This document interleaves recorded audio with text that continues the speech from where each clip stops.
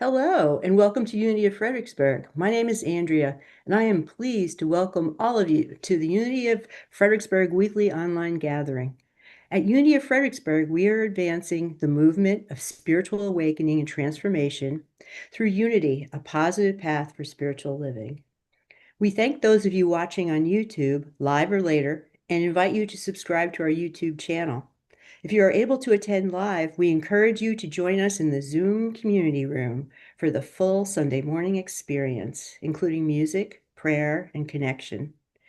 Our weekly newsletter includes the Sunday service link, and you can subscribe to receive that on our website at uofva.org. For everyone local to Central Virginia, Unity of Fredericksburg offers a variety of fun and enriching in-person gatherings every month. Subscribe to our weekly newsletter at uofva.org for all the details. Our message and meditation today comes to us via video from Reverend Paul Hasselbeck, who passed away suddenly in December of 2025. A beloved teacher, author, minister, and a true rock star of the Unity movement. Paul dedicated his life to exploring and helping others explore the fundamental nature of reality, oneness, and our own divine potential. Widely recognized as one of Unity's leading authorities on metaphysics, Paul brought joy, passion, and a wonderfully contagious enthusiasm to every classroom, workshop, and stage where he taught. He authored or co-authored several influential books, including the seminal Heart-Centered Metaphysics, used worldwide as a primary text for a metaphysical study. Paul's legacy lives on in the countless students, friends, and spiritual explorers he touched. We are grateful for the gifts he shared and the light he brought to our world. And now, here's a video message from Reverend Dr. Paul Hasselbeck. Greetings. I'm the Reverend Dr. Paul Hasselbeck, and thank you for inviting me. Let's get romping. But first, let's sit back and relax like our little minion friend is doing there.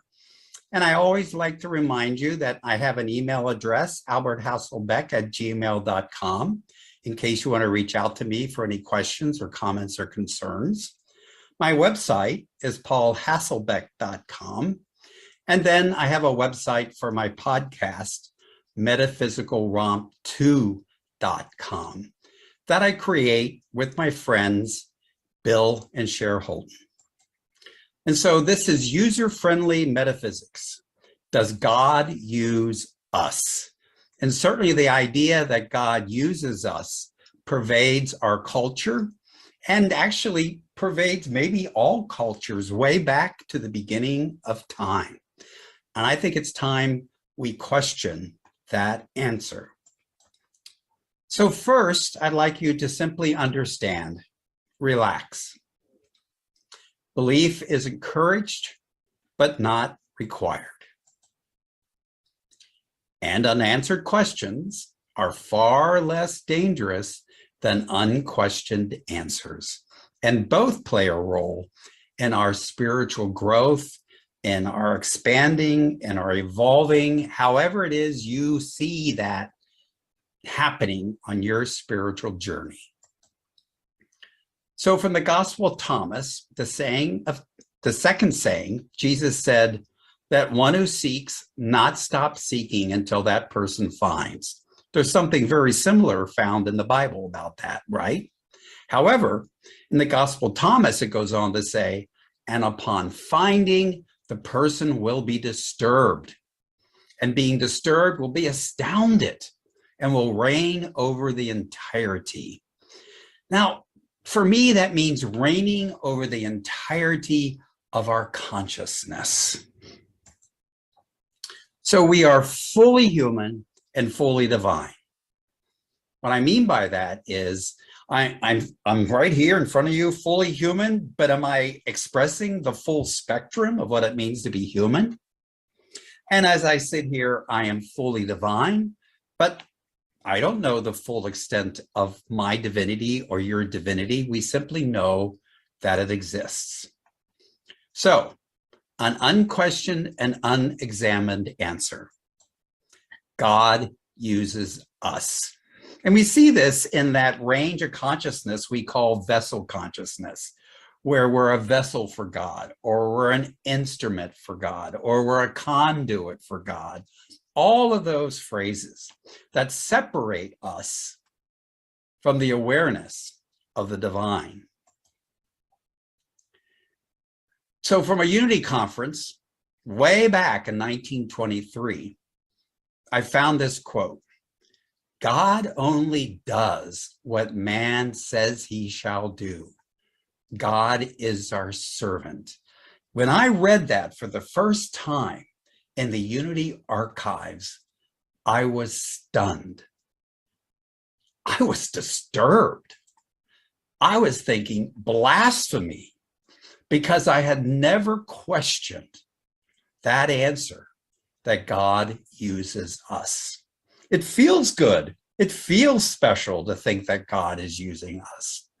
But there it was in this first lesson given in 1923 that for me explains why sometimes our prayers aren't as effective as we would like them to be, because we turn them over to God to do things for us. God only does what man says he shall do. God is our servant.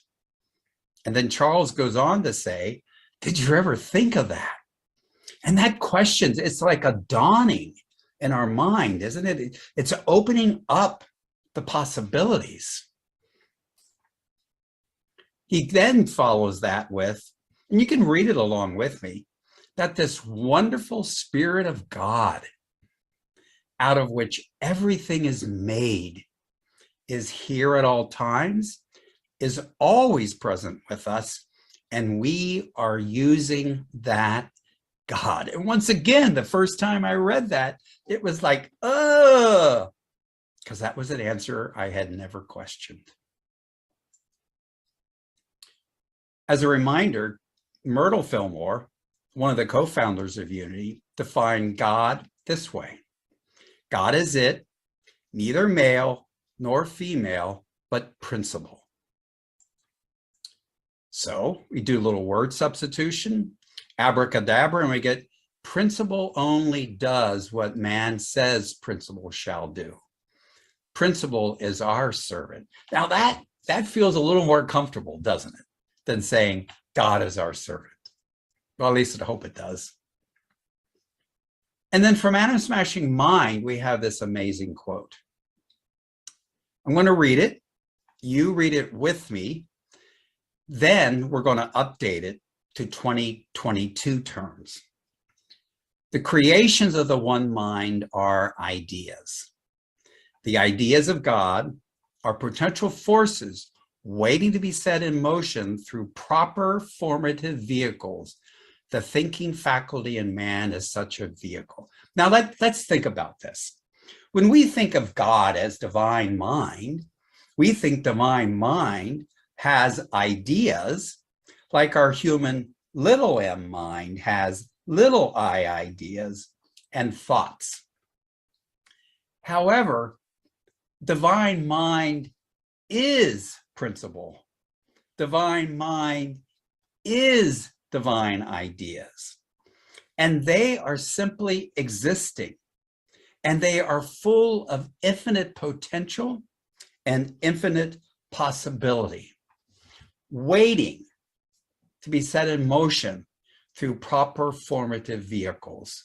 The thinking faculty in man is such a vehicle. But let's clarify it just a little more. Universal principles are potential forces waiting to be set in motion through proper formative vehicles. The thinking, feeling faculty in humankind is such a vehicle. Or if you prefer, the thinking faculty and feeling faculties in humankind, in you, in me, is such a vehicle. You see, in Charles's time, it was the thinking faculty that was primary. But today, we know thinking and feeling are very, very important. And it's what we use to set in motion all ideas. And we can't exclude Mother Myrtle, can we? She said in, let me see, Myrtle Fillmore's Healing Letters, God is in us as the very life and substance that we use. Not life and substance that's using us, that you and I use. And our use of principles increases our ability to use and direct them. You know, practice makes perfect. She says, God is life. We make that life into living. God is love. We make divine love into loving. So we can say it this way. Principles in us as the very life and substance that we use, and our use of principles increases our ability to use them. Principle is life. We make that life into living. Principle is love. We make divine love into loving. Wait, what? Huh? God is not loving? God is not living? God is life. Life is a principle that we manifest into living. Think about this. Every living thing on the planet is using the principle of life to manifest this thing we call living. Wait, but what? God is not loving? God is the love, the great heart of the universe and of man, from which is drawn forth all feeling, sympathy, emotion, and all that goes to make up the joys of existence. We do that with the principle of love. God is love. God is the principle of love. That from which all loving springs. And that loving is springing forth because of the way we are using the principle of love. God is not all powerful. Well, from Jesus Christ Heals, Charles Fillmore said, God does not exercise power. God is that all-present and all-quiet powerlessness from which man generates that which he calls power. God is the principle of power. We use it to be powerful. The point to be clearly established is that God exercises no attributes. I'll go as far to say that God has no agency as we've understood it in the past. God does not have attributes. God is the attributes. You can think of the 12 powers as 12 divine ideas, 12 principles, 12 attributes that we use.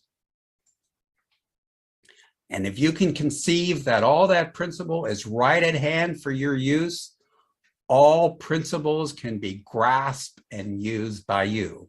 So the trick is, we got to become aware of what the principles are. And similarly, we got to become aware of what the laws, the spiritual laws of mind are, because those spiritual laws of mind tell us how our mind works.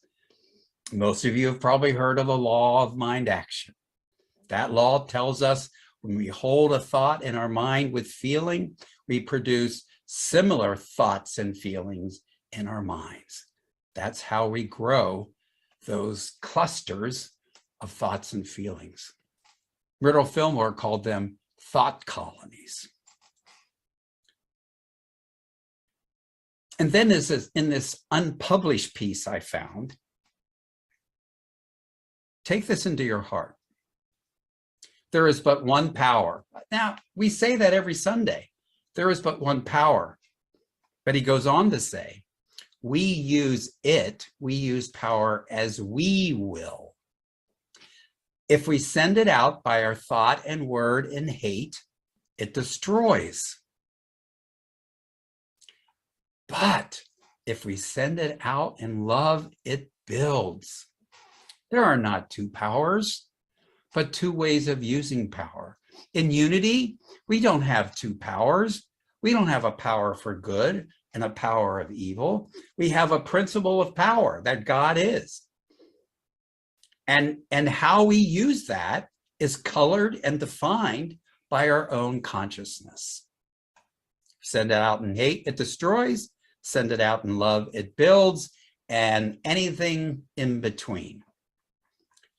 And a contemporary of Charles Fillmore, back in the 1920s, E.V. Ingraham, if you haven't heard about him, you might look him up in the archives, the Unity archives.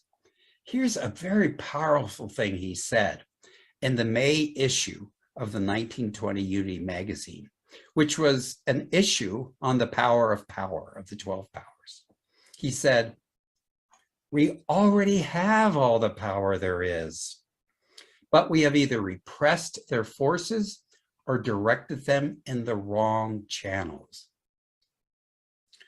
We have had the power to demonstrate disease in the face of omnipresent health,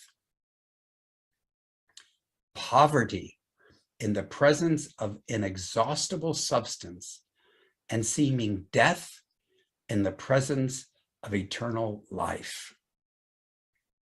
I'm going to read that again because I want you to really land this within yourself. Read it along with me if you like. We already have all the power there is, but we have either repressed their forces or directed them in wrong channels.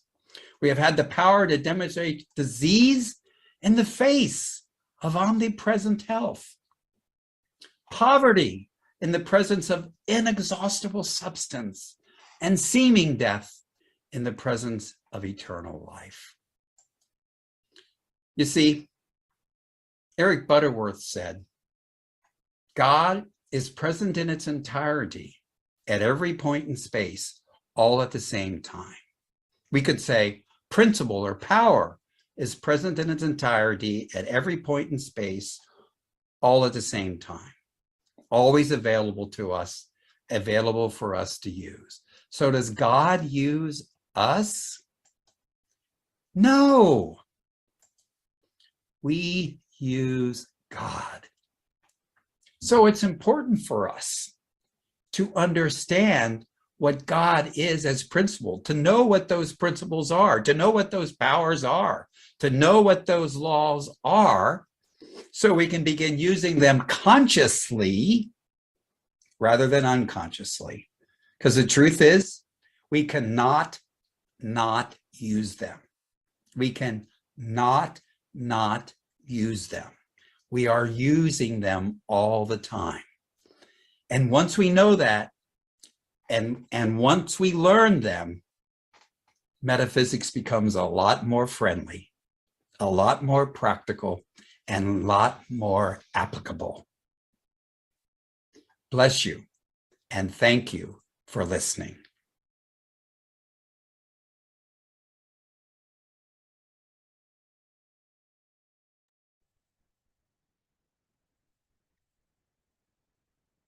Thanks for watching the weekly broadcast from Unity of Fredericksburg. Visit our website, uofva.org, to learn more about our mission of spiritual awakening and transformation, and support our ministry with your financial donation. Thanks again for watching, and see you next time.